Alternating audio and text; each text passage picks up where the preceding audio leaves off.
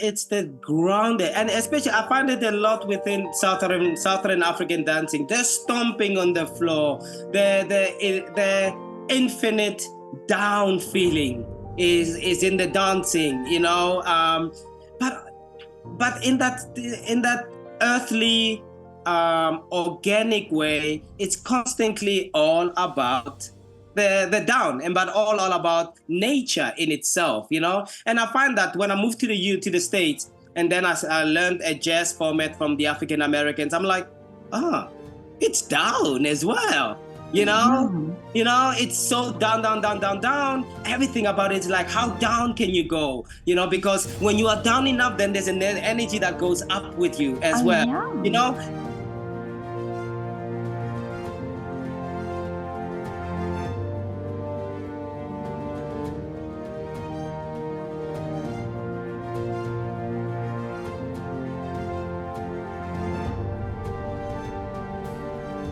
It's so great to meet you here on Zoom, Bafana. Thank you very much, Petra. It's a pleasure to meet you as well. And we've got something in common because we're both from South Africa. What? Yes. I didn't know this. Yeah. Which part? Well, I grew up in Vanderbijl Park. Okay. Where is that? It's near Vereniging. It's okay. In the Vaal Triangle. Aha. I'm from Pretoria, in a small, well, no, township. It's not a small township, but Mamelodi is the township, one of the closest, I would say, to the city. I saw, yeah. This is why I saw, when I saw Mamelodi, you're from Mamelodi, I thought, no, I know that, and I know it. I know where it is.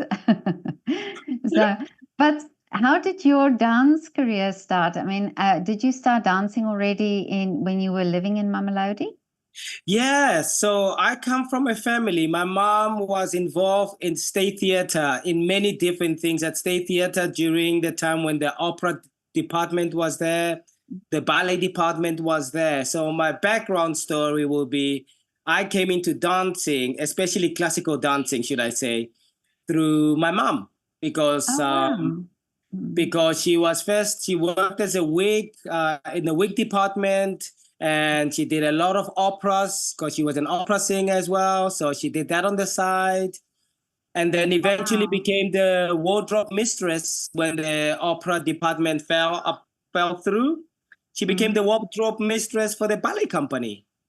And that's amazing. So she's always been in and out in the theater, and in a way dragged me in and out of it, even though I showed no interest in one point.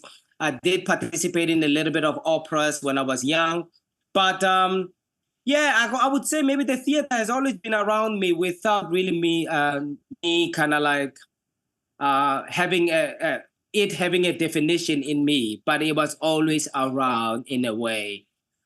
So yeah, in a way, that's how I got into it. It's, you know, how mothers can be very instrumental, you know, in maybe seeing what's good within us or what we want to express, because they are with us all the time, you know. So, and they're a great guide in that way. You are so right, because my son is also a dancer, and I remember when he was young, he wanted to stop dancing, and I sort of forced him a little bit to dance, you know, and and I always make it a joke to say to him, whenever somebody asks you, why are you dancing, you can always say, my mom forced me to. But I mean, now he's a professional dancer, so sometimes, you know, a mom's intuition. Exactly. They know, you know, it's an intuition. They see, also it's a great way of avoiding all other distraction.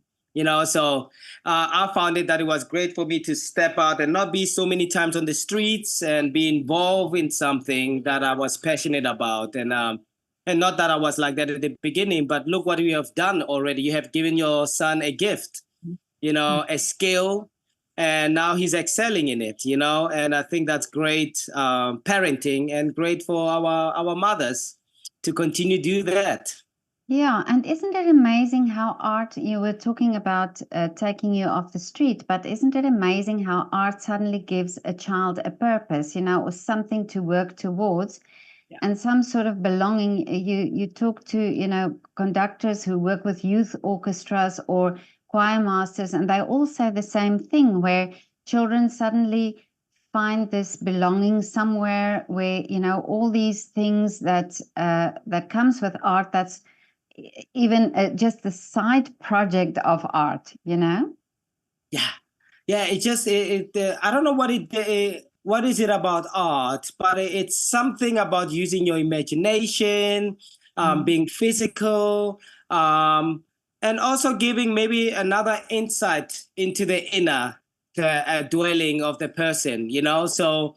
As much as you can do football, I have two boys at the moment now, and as much as they are very active, they're also very much likely interested in the theater, and that's thanks to their mother as well, who's also quite involved in the theater. So yeah, I think in our society we need so much of that because everything is geared towards such physical sports and intelligent in a different way, where you're bookworm or you book smart or you play football or you play all these sports.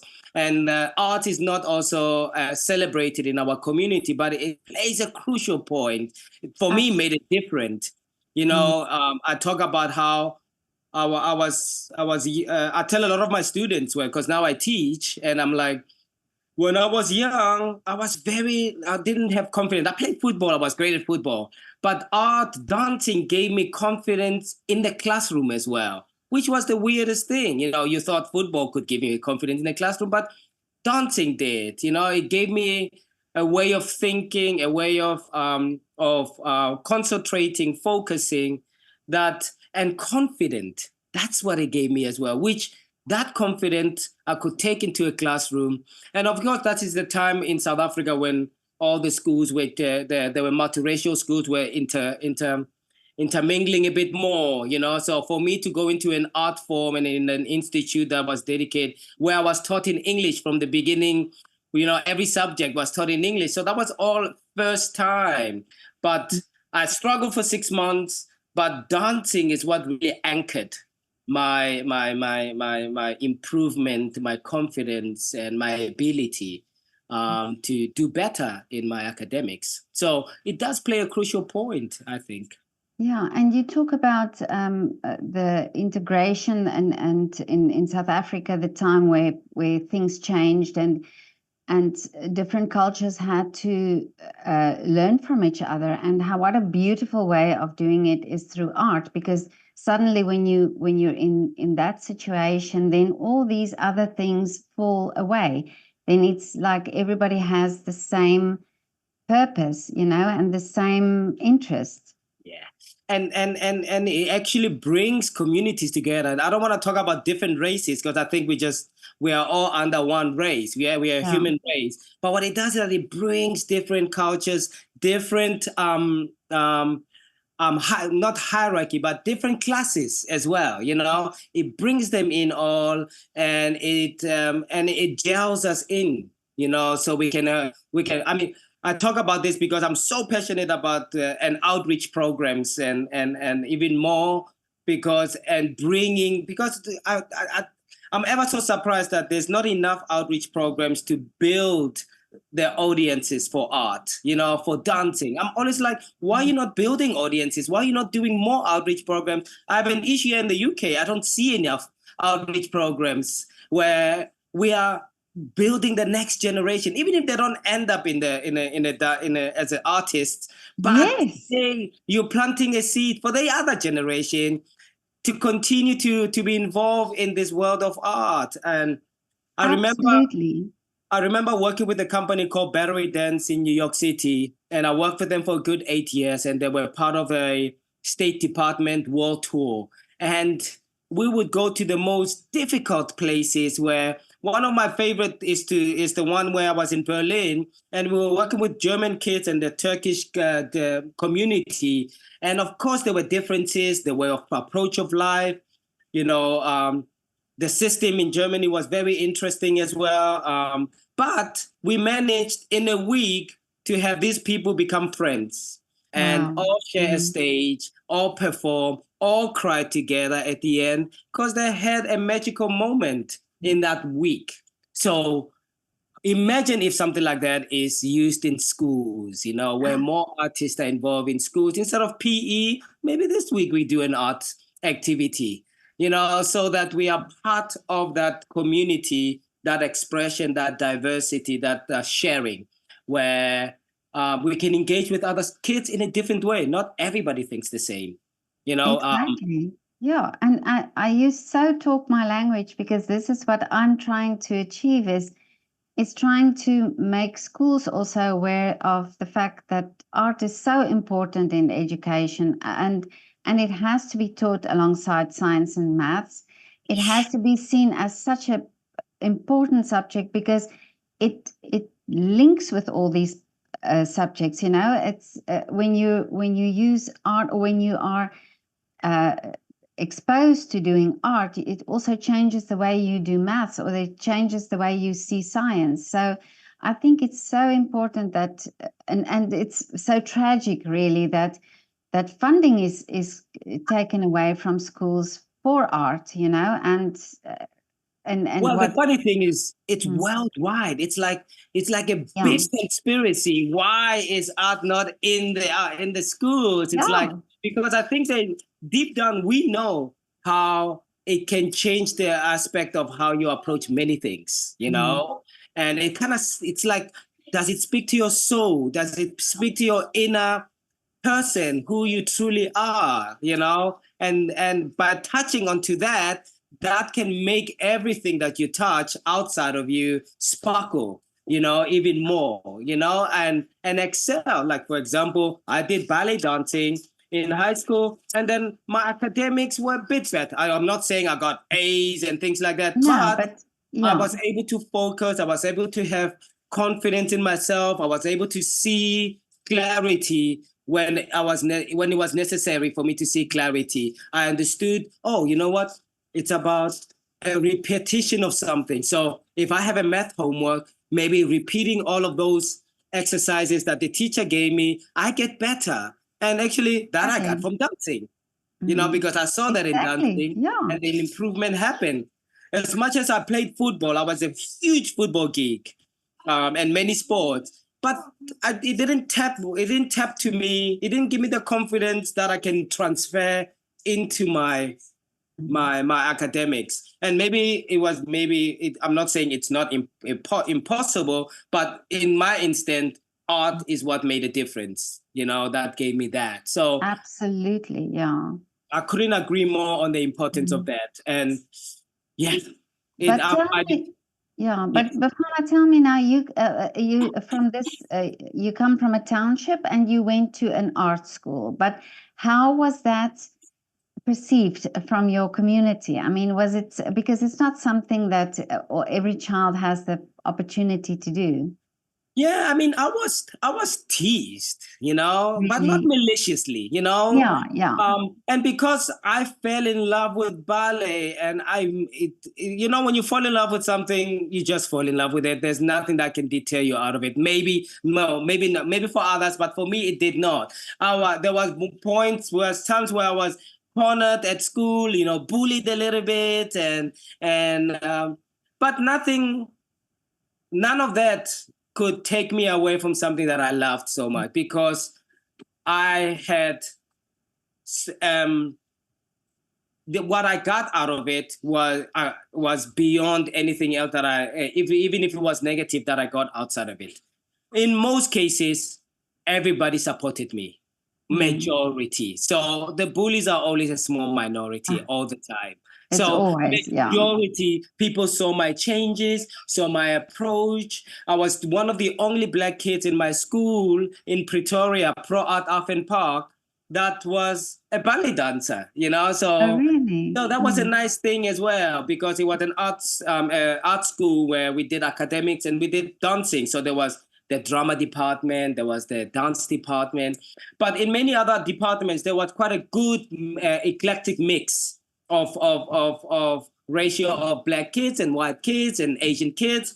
But ballet department was a bit more different, where there was not much. So you did your classical training, and I actually spoke to the director of what is it, Leap of Dance. I think they're in Tanzania, Okay. a ballet company, and he said that it was so difficult, or it's so difficult in their culture to understand ballet, and that boys do ballet. So was it the same for you? Yeah, I think for us in Africa is, what can you make a living out of dance? Dance Oh is not yeah, a job. I think that's the stereotype that's really he in said so. anybody's Yeah, mind. yeah. You know, and dance is for girls, and all of these nonsense that come with it, or this ignorance that come with it. Yes, it was, it was looked at as like, but what are you gonna do with it? But what's really your job? As like dance cannot be a job. And I still talk about it now that I'm a father, and still this passion that I had at age 13, 12 is still one that's feeding my family. I'm still a teacher, I'm a Amazing. dancer, Yeah. I'm a Mm. father, and I am providing for my family, with this passion. So yes, you could make a career out of it. And yes, you're right. There is that stereotype, but I don't think just in Africa. I find it worldwide. I teach in Crete, and there is the Cretan dance, that's a traditional dance. That's full of men, and then ballet is not full of men. There's no ballet Oh, dancers in yeah. there. So Mm. that Cretan dance is more of a man dance, and then ballet is more of not a boys dance. Mm. So what an interesting contrast, you know, Exactly. where dance is dance. Yeah. But what I love about you, and I've watched a few of your YouTube clips, is that you actually combine a traditional dance, as it's Zulu dancing, with contemporary dance. Yeah. I I find love it it. crucial. I find it crucial too. And I had a strong classical training. I had Cecchetti and Arte and Vaganova. So those were essential in opening me out to the world in a way, Mhm. because that's how I got a scholarship to Alphen. I don't think with those training, Alphen would have, Miss Judith Jamison would have given me that contract, that scholarship to go and study there for 2 years. And that's hence to my mom, that's hence to my ballet teacher, Miss Joy Cooper, who saw something and picked it up and gave me that platform. But yes, your point. I forgot your question now. No, no, about the combining the Zulu dancing with Yes. So contemporary. Yeah. those two Yeah. worlds I find equally. Contemporary I find is always has to evolve. That's Mm. why I fall in love with contemporary, because it's constantly changing. I think art is always constantly changing. Every generation brings their own input. And I wanted to bring my own input into contemporary, how I approach it, how I express it, how I teach it. I wanted to add in the influences of Africa, the philosophy, the aspect, the musicality, and the fun, and yet the intensity, the energy behind it. Because I think the art, the African culture, just when you were in it, you didn't realize how important these grooves were. It's when you step outside, you're like, oh, I have fantastic groove, without really realizing that it's Yeah. in me. It's cultural, And then you have the classical, and then I learned the Houghton technique and the Graham technique when I got to New York, and I was like, I don't want to be pulled into one area. I want all of them as one thing. And I was like, when I move forward,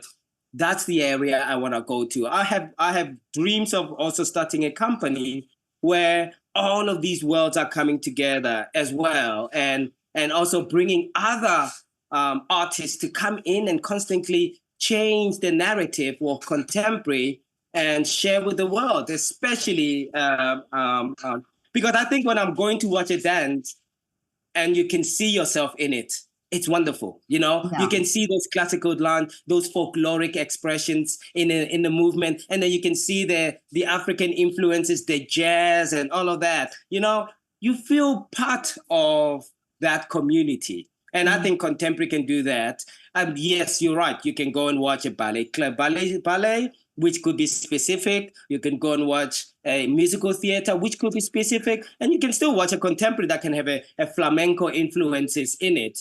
But you also should have a window where it's as eclectic as possible, you know, and not mitigated to be one thing, you know. And it's so interesting because I spoke to the directors of Muda Africa, and they are actually in their company, they teaching the students to do traditional dance, you know, alongside their training. So it's so important because that's the basis, really, isn't it, of dance? Yeah. You know, those traditionals, you know, those folkloric dances, those are I think those they sit within the spine of the culture, you know? Yeah. So I find them equally important. Yes, there's this ideology that ballet is the root of all dance. Yes, which I respect, but not true in many ways, because all those classical arms, bending and stretching has been in every culture, you know, as much as we can. But we do appreciate the classical format and what it can teach within the human skeleton or anatomy, and how you can train the body to be this physical instrument and an extension. But there are other cultural things and classes and that could be utilized. Like, for example, jazz dance, you know? Jazz dance has many influences, but yet at the same time, we know that it sits very heavily within the African culture as well, you know? So I would think about musical theater schools and I'd be like, okay, what do you think they can support the students in so that they can excel further and further and understand the polyrhythms that come with dancing, especially when you talk about tap and the polyrhythms that could be within the body and within the music as well.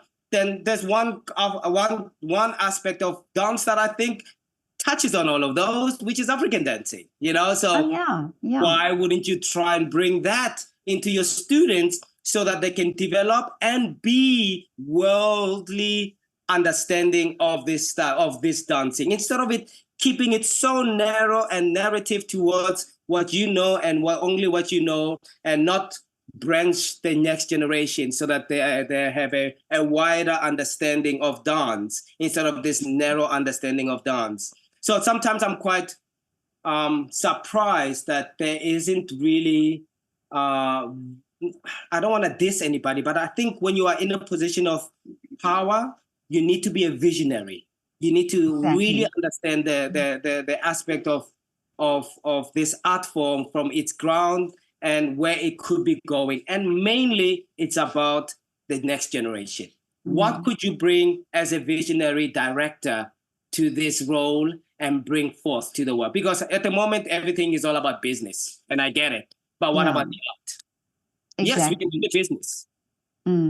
But it's like you say, and it's so important to understand when you understand the origin of something, or when you, like you say, the spine of something, then it opens your mind a little bit, and it makes whatever movements you're doing, you understand why you're doing these movements. So I can think that it has to be that, you know, that you go back to the basics, and like you say, jazz has the origin from African dance and from this more like I don't know, I saw a video where you're talking about you know, African dancing being down to earth, you know, that connecting with the earth, and that I found so beautiful. It's the grounded, and especially I find it a lot within Southern African dancing. They're stomping on the floor. The infinite down feeling is in the dancing, you know. But in that earthly, organic way, it's constantly all about the down, and but all about nature in itself, you know. And I find that when I moved to the States, and then I learned a jazz format from the African Americans, I'm like, it's down as well, you know. You know, it's so down, down, down, down, down. Everything about it is like, how down can you go? You know, because when you are down enough, then there's an energy that goes up with you as Oh, well. yeah. You know,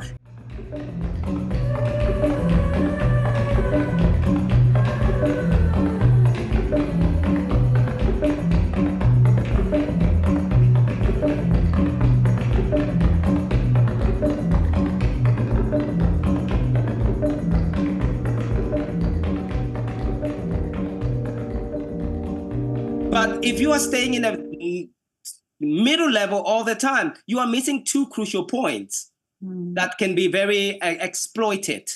Yeah. So it's sometimes I came to to Europe and I'm like, wow, this is a very different jazz. I'm not saying one is wrong and one is right, but I'm like, this is a very different jazz. I found it very uppity up, you know, and that's Oh, great, yeah. you know. And I'm like, oh, this is very uppity up, very different from my understanding. But I think what's important, if I find it so fascinating, I find it, why can't you let the students know about these differences? You know, because it's fun for them as well, you know. And I see a lot of students now doing commercial, and you're like, but where are these? You know, I'm like, you know, these movements that you're doing, this twerking and this grooving on the upper torso, and all of these things that you're doing. There was a point when those movements were looked as vulgar. You know, they were dissed. You know, they were looked at sexual. You know, when African dancers were just purely celebrating. You know, looking for those polyrhythms and things like that. And I'm like, but now you are doing it here. You know, you're doing all this commercial, but you are not really understanding where are these grooves coming from and how cultural are they for other people. You know, the idea of moving their hips in the Congo, it's cultural. It has nothing with sexuality. It's a cultural aspect of that, of their traditional dancing. I've never seen people move their hips like they do in the Congo. And to others, it might be looked as sexual and vulgar, but for them, it's a cultural expression. So we need to kind of expand ourselves further and further and understand and teach our next generation the importance of looking outly, world dance, and understanding that Africa is not a country, it's a continent with 54 countries and many expressions of dancing. You know, you can't just pinpoint one and think that's Africa. Many aspects of dancing in Africa have different, and just as much if you go to South America, if you go to Asia, they might have a same influence, but you know they are different as well. Just as much as you come to Europe as well. When you look at folkloric dances, you can see the differences, but yet they all come from the same continent. You know, so yeah, I think the down is important because without the down, the up does not exist. Wow, that's so beautifully said.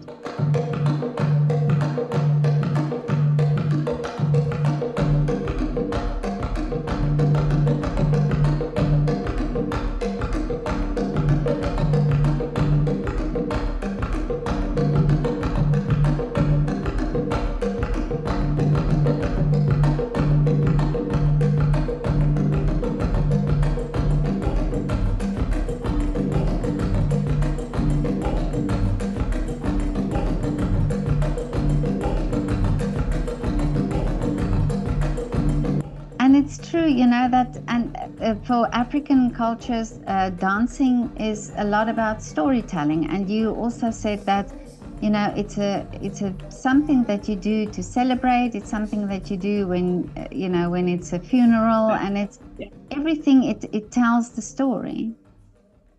Yes, I couldn't dance without having a reason behind in my mind.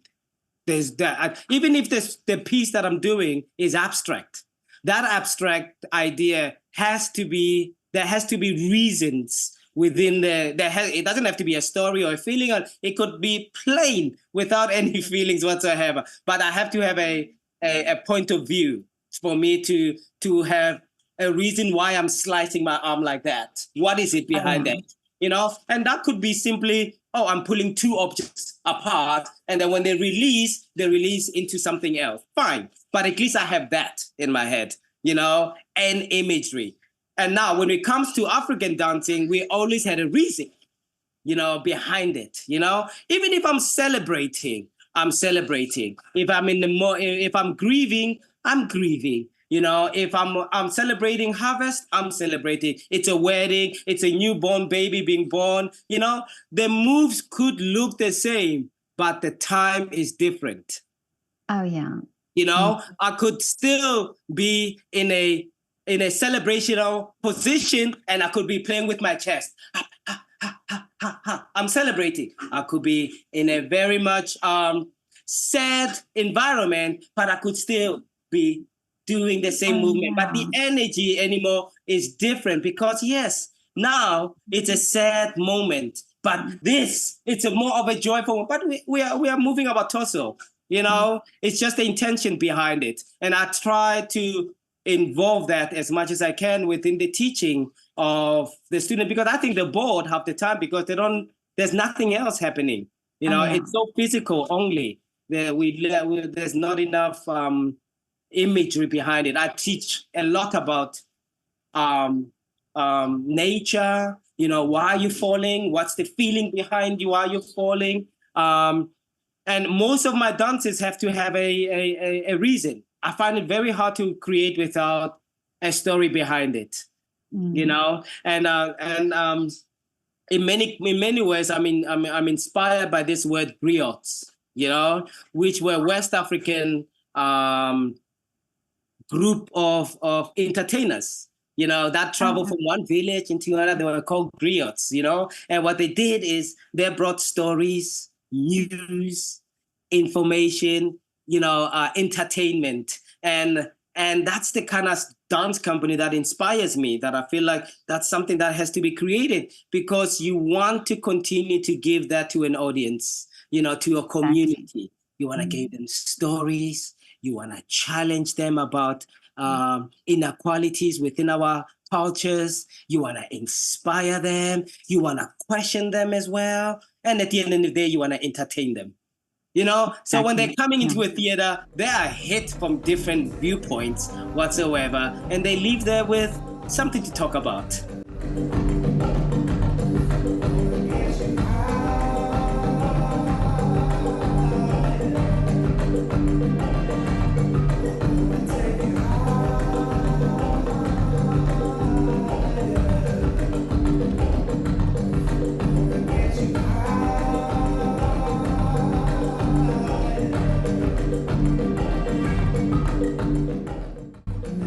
Well, Bafana, just your movements there makes me so want to do it.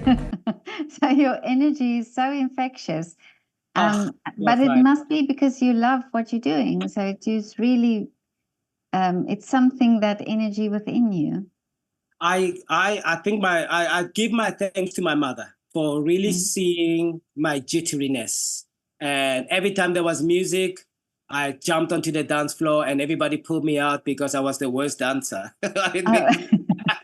Even now when I go home, I sit and I have to watch all my sisters, my cousins, my nieces, nephews show me the latest styles of dancing and me sitting out. Even I'm the professional dancer, sit out, watch us dance, because in my family I'm known as the worst dancer, but that did not deter me as well. It's like that did not deter me. Every time there's music, I was moving. And I'm so thankful to my mom for channeling that and seeing an opportunity at State Theatre and giving me those glimpses. And then Miss Joy Cooper in South Africa, giving me a chance to really, she literally pioneered me from the beginning, and gave me that structure that really has helped me explore the world, But yeah, I am truly passionate about it. And I'm truly thankful that I feel I'm wealthy, that I have found a passion.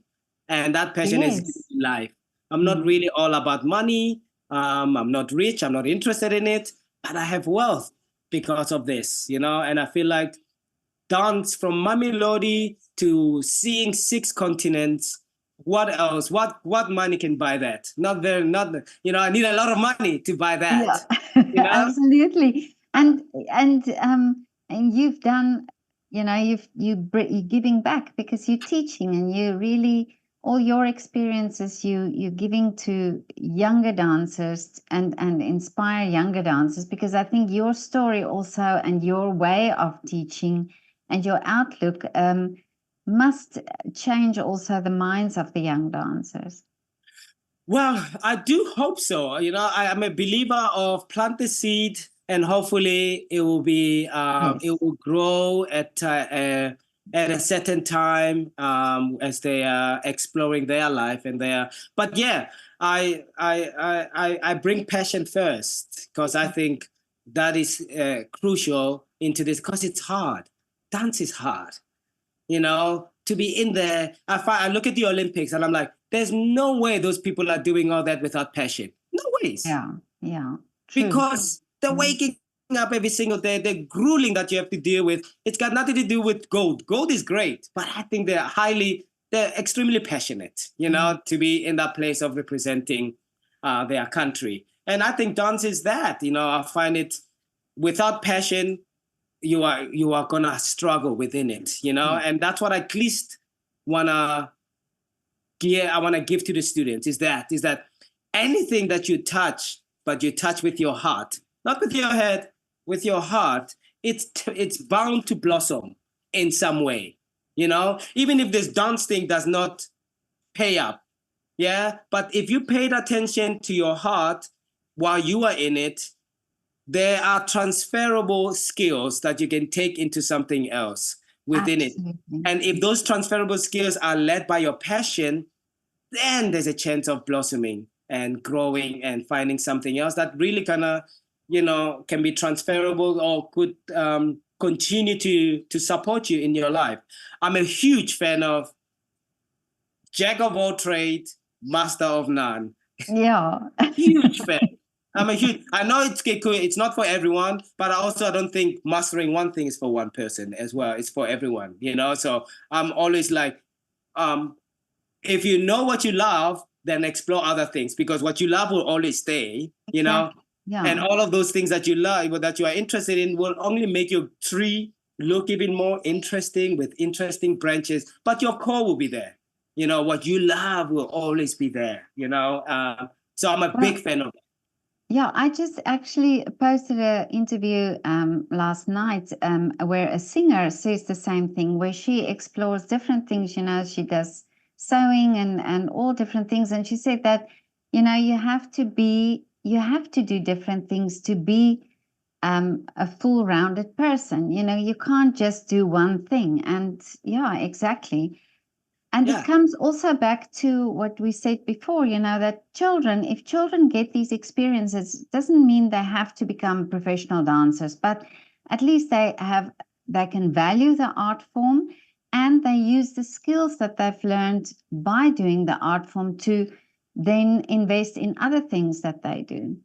Yes, and I think, yeah, absolutely. And I think there's this thing about in the arts about the goal, the goal of being a performer and traveling and dancing. But honestly, it's not true. Not everybody will have that opportunity to be that, So I think transparency, honesty is key, when we are Yeah. when these students are coming into colleges or they want to further their studies, is give them the full reality. Give them honesty and say, yes, there's a possibility of this, but also there's a possibility that you can take this art form and transfer it into other sorts of things. Or you can take this art form and engage with the community in a different way, Exactly.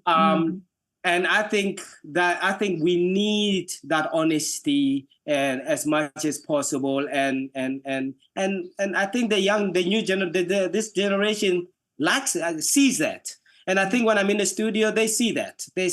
I tell them as it is, I tell them it's hard for me, it's winter, it's 4 p.m., it's dark outside. I'm pushing myself to be here as much as I can, You have to do the same as well, so that it's hard, Yeah. But what drives me is because I want to be here. Because I say the studio is my office. The studio is a space where I have found myself lost myself, found myself again. It has always constantly supported me. And if you and that's what it's not easy for them, it's hard for them, it's hard for us. Sometimes they see us in these positions, they think, oh, we don't know what they are going through, and we know what we're going through, and we are trying to guide Exactly. them on what can help them, in going through. It's understanding the naughty monkey, which is the brain, and also understanding their heart, and making sure that it's not this to that, but it's this to this to the heart to the mind, constantly making sure that they are playing together. Because without passion, why are we doing it? Exactly. I And know we can yeah, go. and we children grow up, and we are also exposed to this very instant way of living. Things happen very quickly. And I think it's so important that children also understand when in art, nothing is quick. It's a process, and it's a evolution, and it's a journey, and all those words, but it's true. It's nothing just happens. And like you say, they look at you and they think, well, you're here, but there's a story behind it. There's a long time frame behind it. Yeah, and I look at my partner. I'm like, before she gets to the studio, she had to deal with a 3-year-old, and I'm sure many parents have gone through this, like whatever field of work you are in, for her to get to the studio, she has dealt with so much, and Yeah. then at the same time she gets to the studio, now she has to deal with the energy of the students, at the same time. So we teach responsibility, as well. We're like, you have to be responsible for what you bring to the world. You have a Yeah. talent, you have a gift, you have a mouth, you have a saying, you have a mind. So what are you going to give to this world? Because we have so many of this narrative lately of people just moaning and groaning and Yeah. finding excuses for all sorts of things. No, be responsible for what you are given and do something about it. I say, first thing first, be responsible for your energy in the morning.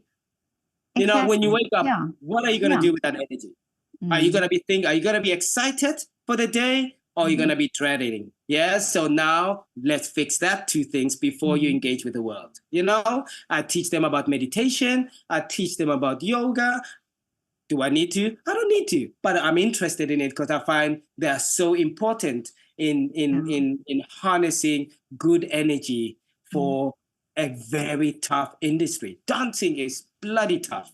It's so tough that even in our society, it's not taken seriously.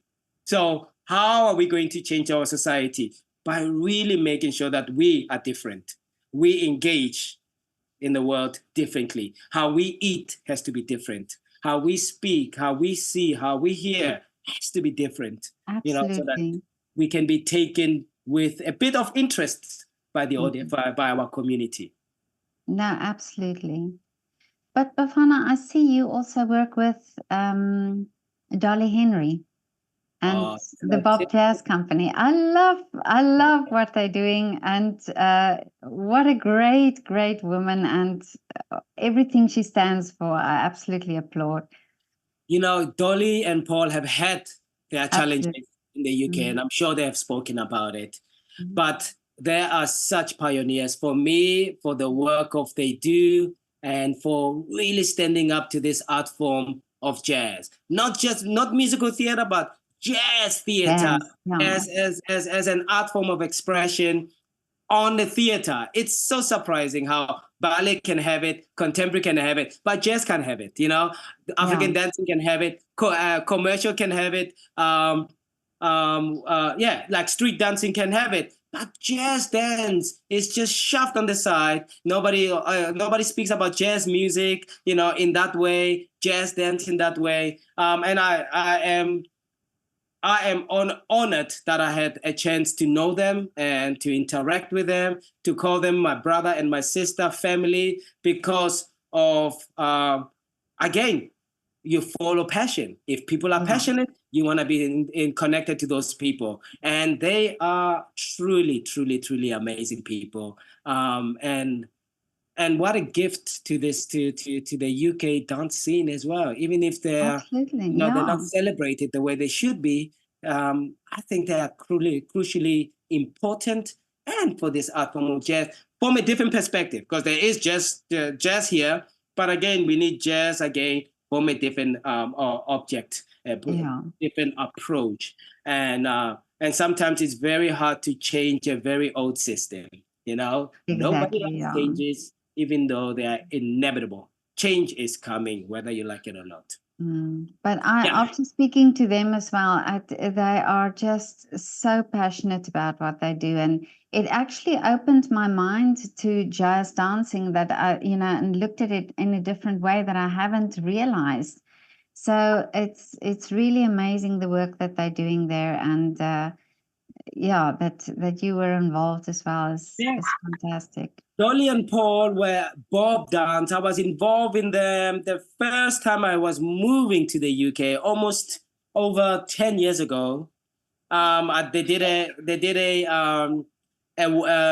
residency in Ireland, and I was part of that residency in Ireland with my ex-partner then.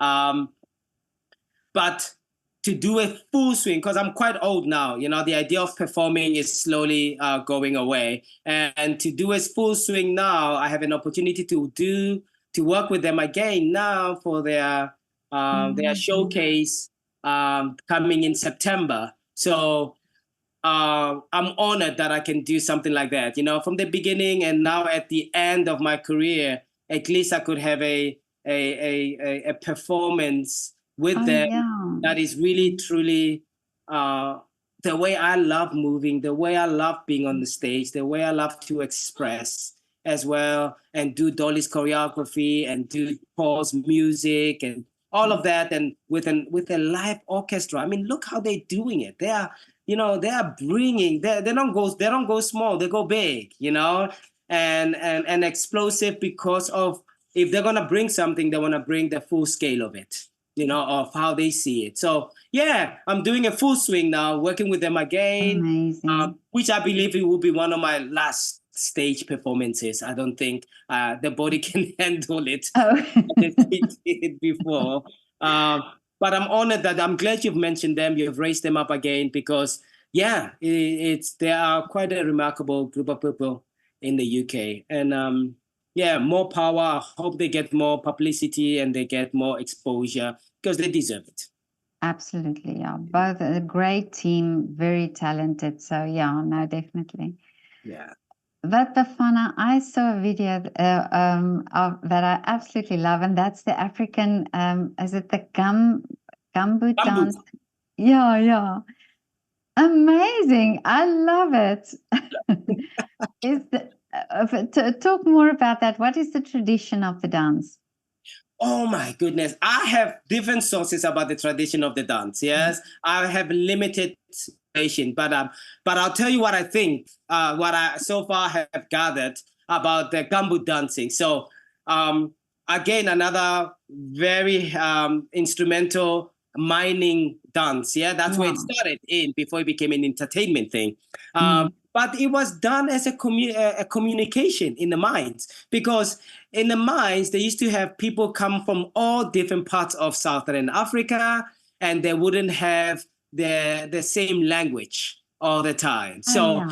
Mm. music, sound, beat was one of their communication. For example, if Nduna, the chief, was coming down, so somebody will do like paga, and that little sound pagata will vibrate down, and somebody else will pick it up and send it down, and somebody will pick it up and send it further down, It's like a and that would have warning. said, "Hey, Nduna is coming." Yes. So cheer up or show up or do something. And that evolved into competitions or entertainments on a Friday and a Saturday, because all these men didn't have a chance to go home all the time, so they would stay. So they would have competition of groups, and they'll create rhythms and showcase and share. And then the singing came with it, and so. If Yeah. anything, gumboot has the roots in Africa, because Amazing. we talk about the people say, but how did you guys communicate from village to village and all of this in Africa? We're like, we had a drum, you know, Oh, we had a yeah. drum, and the drum will go, ba ba pe pe pe pe pe pe, and then the other village will, or the person in the middle will take that and send it to the next village, and that would know that there's a storm coming, or there is an Oh, issue, or there's fire coming. You know what I mean? So we always found ways to communicate, and using art, isn't it art? amazing. Yeah. Art. Yeah. Well, even rhythms and in the communication in the minds of different people, not speaking the same language, but they all knew what rhythm means what, and Yeah. that to entertainment and now to the world in a way.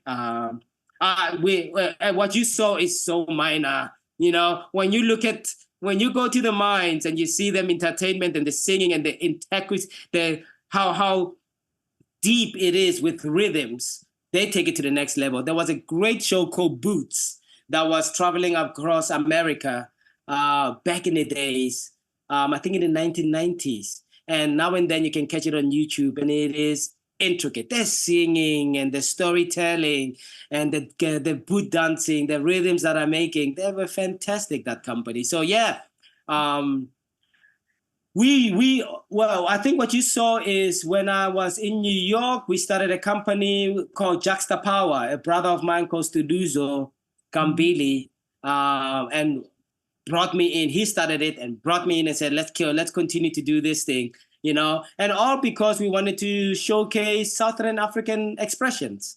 Because every time we were in the Amazing. States, we saw more West African styles. And we were like, but there is another part of Africa that needs to be expressed and exposed as well. And that was one of the reasons why we started Juxtapower, and why you saw the integration sometimes of tap and boot dancing. We used to do this thing where we used to have a fighting scene where the tap goes and yet at the same time come together. And we Oh, did Zulu wow. dancing as well. And yeah, so again, it was all about exploring further from the growing the tree with more branches. You know, I love Yeah. dancing, and I wanted to grow the tree as much as we can. But yeah, that's a You bit of make the story me, about food. yeah, you make me homesick now. I miss home. I haven't been home since COVID hit. You know, I haven't Really? been had the chance, you know, because with work and money, of course, it's so expensive to go Yeah. home. I have my kids here that I want to drag them home with me to see.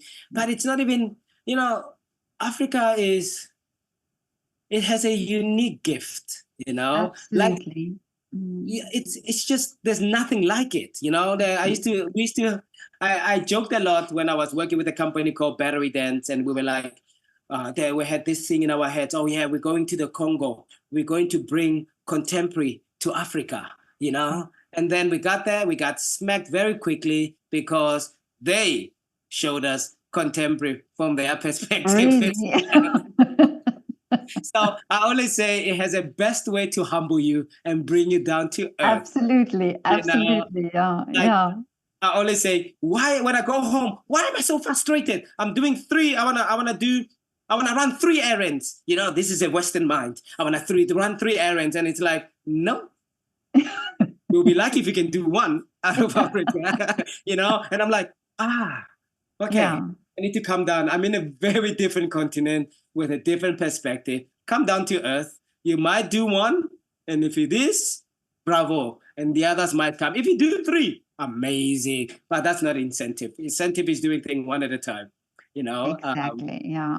No, I know exactly what you're talking about. It happens to me too when I go home. You know. You have to change your mindset a little bit on the way. You've got an 11-hour flight to do that. But when you So true, Greta. So true. I love yeah, your name as well, Petra. Petra. Is Yeah. it from But the place Petra? no, Jordan, you know? it's my dad's German actually, and he wanted to to call me Petra. So I'm Oh, happy there's a about lot of that. South Africans with Petra. One of my best friends in high school was also Petra. You know? Really? Yeah. Yeah. Now that I think about it, I'm like, oh, I've heard this name many Yeah. times actually.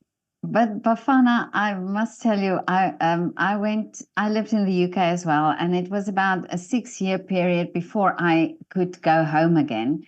I missed it so much. And when we arrived at Oliver Tambo, Yeah. and I went to get my luggage, there was a guy on a mobile phone, and all I heard was the guy said, "Ach, lekker man," and I thought, I'm home. when I heard those words, I Yes. thought, I'm home. Yes, yes. My broer, lekker man, Eta. Oh, God, Yeah, I am yeah, home now, yeah, like a yeah. totally different And languages. highball, highball, Haibo. highball. Oh, what an Yeah, like I look at South Africa, I'm like, we are sitting on a gold, mine. No, it's yeah, here, yeah. but mine, We are. Yeah, God, what we can do with all of our past history and take that absolutely. and make it into something utterly unique, inspiring. It's an opportunity for all these cultures to make something very unique and very Yeah. different, and not with fear, not Mhm. with greed, not with hierarchy. It could be such an amazing rainbow culture, rainbow, Absolutely. Yeah. and I still believe it has a potential, and when you hear words like that, I will, ooh, but I like Highball. it. Like, Yeah. listen to that, all coming Yes. together, Yeah. mingling, and making a whole new different expression, and only unique to South Africa. Why Yeah. not? Why wouldn't you want to celebrate that? Exactly. Now, I totally agree. And I think we should start with the children and get them all to do art and make them look at the world in a different way. Yeah, Petra, I couldn't agree Yeah. more. Mm. One of my dreams, which I used to call it, I had a project that I have, which is called Huyapili, which Mm. means moving forward. It's a word in Sotho or in Tswana.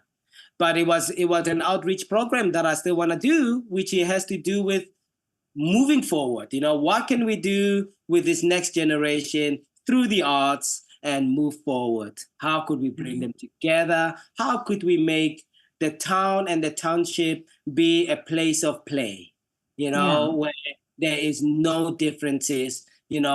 Of course there is differences. We're not blind about that, but yet at the same time, we can put them all in the same canvas and let them express themselves how they can, with guidance, obviously, and a very passionate, supportive guidance on all levels. But I saw this when I was in Germany, where I can see two different cultures coming together and becoming one within a Absolutely. week. This is what I believe we can do in South Africa as well. And it takes art as well, because yes, sports can do it, but also we think art can do it in a different way as well. Well, something very beautiful I saw recently in South Africa is I went to the Sharpeville police station where the whole riot started. Those years, I can't remember the time, but it was Yes. in the 60s with that. And that police station they kept it like that, but what they did is all the buildings around and all the police, the cells, where they used to keep the people, they changed it into art rooms. So you can go there and do some form of art. Each room has a different. It's artists that rent these rooms and they do their form of art. And on the outside of this police station, they've got gardens where they grow vegetables, and the vegetables go to the community. And I felt this immense proudness there, where I thought something, this police station that was sort of symbolic of a very tragic time have now been used for something so positive in the community. And I thought, isn't it amazing that same building that had that negative sort of connotation now can bring something positive. I think I'm hearing Paula Coelho's book. I can't remember what it is, but maybe it's The Alchemist. that you know, like turning lead into gold or something like that. Oh, yeah. You know, and I think about it, and in the years later, I'm like, oh, now I think I understand what Paulo Coelho meant about turning lead into gold. It's not a physical thing of turning it into gold, but it's something internal, you know, turning Yeah. something negative into something very positive, you know. And you just mentioned that to me now, that our tragic history could be, we have the power to transform it into something Yeah. positive. And that Yeah. is the true source of power. You know, we have that. You know, the Yeah. true source of transformation. We have that power. And that's what we need to be delivering more and more as we move forward. And look at what the arts can do. You know, growing Absolutely. festivals, Yeah. you know, giving space to artists to express, and that expression inspires somebody else, you know, and gives joy, gives a smile. And that community, you can bring tourism into that area. They can buy things, Exactly. you know. It's, and the community is because South Africa is a beautiful country, you know. Even in our ugly areas or our most impoverished areas, they can turn into something beautiful, you know, as well. Exactly. Yeah. It's just we need to not forget the past, but understand that the past does not define us. Exactly. You know, it's what we do with the time power we have now. You know, And that's where you said the word moving forward. What is the word again? Yeah.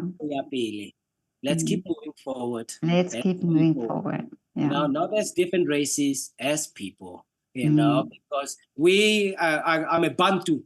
Yeah. So the more I know about my culture and what my name means, you know, Muntu, Bantu, Ntu, a two-legged creature, you know. So, you know, so when we look into my African culture, I'm like, my goodness, it goes long, it's deep, it's long, it's far. And this information of Ubuntu, you know, you can sense the depth of the culture as well. But this is all in us now, you know. Yeah. This is the essence of what we can do, the essence of humanity, you know, that we can bring forth, you know. And we were, that tragedy it was unavoidable. It was the time. And now it's what we do with the time now. You know, what can we do with that unavoidable tragedy? You know, where, yes, the Africans have suffered, but I think for vice versa, the whites have suffered as well, in maybe not directly and also indirectly, you know. So now what can we do about that and moving forward? And I think that's when the arts are crucial. So Absolutely. sports as well, Yeah. of course, crucial, but many things are crucial, you know, in No, bringing but that. the arts, yeah. No, We want to be there. We want to be yeah. represented. We want to be part of the change. You can't not take the artist, because I share this to my partner as well, Cherise. I'm like, for us, in order for our parents to survive the apartheid, music was important. The artists helped them Yeah. survive the tough times of apartheid. It gave them hope. It gave them the space to grieve. It gave them a space to dream, you know. And Exactly. that's artists. It's not, yes, of course, the politicians and their big speeches and Mandela and all of that. Yes, they were great. But we're talking about the people who were on the ground every single day, who inspired them. Exactly. Yeah. And art can transform you, you know, and transport you as well, you know. So yes, it's that idea. Every time it's cold, or windy, or kind of like a sunny day in England, I'm always like, you know, like, oh, it's so cloudy, another rainy day. I'm like, but you know, the sun has risen. You know, that oh idea, yeah. Yeah. imagination. That yes, of course, it's dark, but you know, there's a sun out there. You know, and Exactly. that helps as well. To be transported, to be able to transport yourself and be in the Caribbean all the time. It's possible. Yeah, exactly. Or the South African blue skies. Exactly. You know, we were in Crete for a week, just having a little vacation, and we were looking at blue skies the whole time. where we celebrated seeing a cloud. We're like, a cloud! You know, we were like, look at that, look how amazing. 3 of them, amazing, you know? Yeah, I lived in England for 14 years, so I understand, what cloudy skies mean. Oh my goodness, they're cloudy now. It's like, oh, there we go. It started blue, now it's cloudy. Let's see what comes up in the next 2 hours. Yeah. But yeah, no. Oh, wow. But Bafana, tell me now, what are the wishes for you for the future? I want to be able to participate further in the art form.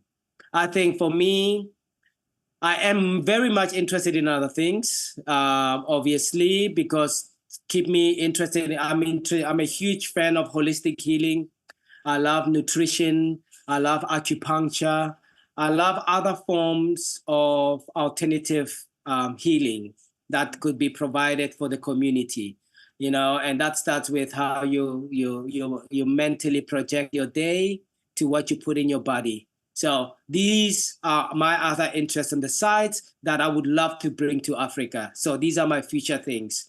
But also these are the things that I would like to share with my students here if I could get time. So that's my other interest for the future. But on a dance form, on a platform of dance, I would love to be able to create my own dance company that I spoke before about, the Griots dance company that is all about, and it's a repertory company. I don't see myself as a choreographer, but bring other great choreographers in, but also I think I'm a strong storyteller, you know, and that's what I would like to bring forth and make a company that is so diverse and it incorporates much of the world. And maybe through me it could incorporate more of Africa, but then you bring another artist, it can incorporate something else that they want to express within their cultural expressions. So that's really those 2 things that I wanna play with. And of course I would love to go to Africa and retire, you know, in the future. Yeah, That is my biggest dream. I'm with you. I want to do a full circle. I want to go home eventually. Yeah. Hopefully when I could have an opportunity to do that, you know, but nothing is guaranteed. Who knows? Yeah, who knows? And maybe you'll be the one that goes and help other young, people to also live their dream and also be exposed to this art form. Exactly. You know, to be able to have connections to really talented students, take them all over the world and be like, go out and explore dance in Asia, go out and explore dance in America, you know, go out there into Europe or the rest of Africa, South America, go and dance and be part of uh, the human conversation, world conversation, you know? And I'm so thankful that apartheid fell. I'm thankful about my previous political fighters that really made sure that I have a voice. We as South Africans now all together have a voice in order to engage in the world, to the world in a positive way. And I would like to continue that trend. You know, I find myself that when I'm out here, I'm an ambassador. I'm very important. So how I speak, how I carry myself, how I change people's perspective of what a Black man is or Black African is very important to me, you know. But also what I'm very important for me is to live my life as I want to see, as I find fitting to me, you know, to love freely, to, like, now I have a British passport, and for the first time, Petra, I'm having conversations with border control people, you know. Before, it was the most petrifying, unhuman experience that I had. Every time I was going through immigration, I felt like I'm not human at all because I was carrying a green South African passport. Now I carry a British one. People are talking to me. That's like I'm human. I'm like, you know, how that piece of paper can make a difference. So it's now I'm Totally agree. I cannot say that I understand, but I mean, I agree that it makes a change from that. But yeah, it's also, you know, something in South Africa that I remember as a child is that uh, you know, the opera companies and drama companies used to come to the schools and talk to the children and do little performances there, and these things don't happen anymore. And I'm every time I go back to South Africa, I think to myself, I wish I could get a lot of artists together who would give some of their time and do something like that. You know, even if we start at one school or one community and say, give us half an hour to speak to the children, give us half an hour to show children or to explain a little bit about why you're dancing or why you're doing what you're doing. And I think, yeah, this would be great. Maybe when we retire in South Africa, you and I can do it. I think we should start now, Petra. Let's giddy Yeah, up, do it. You know, we have the energy now. When we retire, exactly. We'll sit my on the goal, stoop. my, my goal is not to retire at all. You know, I want to constantly be involved in this till the end, if anything. But for me, those are important. You know, I was teaching in an outreach program by this dance association network here in London, and they were, and I was doing glorified babysitting, you know. But the fact that I'm there, I'm involved with these students. Some of them are autistic, and some of them don't have a lot of information about dancing, but they're interested in it. You know, to just be in that space and share movement and dancing is important. Like you say, those aspects of Those little things, yeah. little things, people going into schools, presenting even 15 minutes of something. It will be amazing. South Africa is a singing country. I'm like, why isn't there? We know that we in choirs, we see it everywhere in choirs, but why isn't there more operas? Why isn't there musical theaters flying left and why don't we have our own Broadway? Yeah, You exactly. know, because it's a singing country, you know, it's a dancing country, it's an expressive country.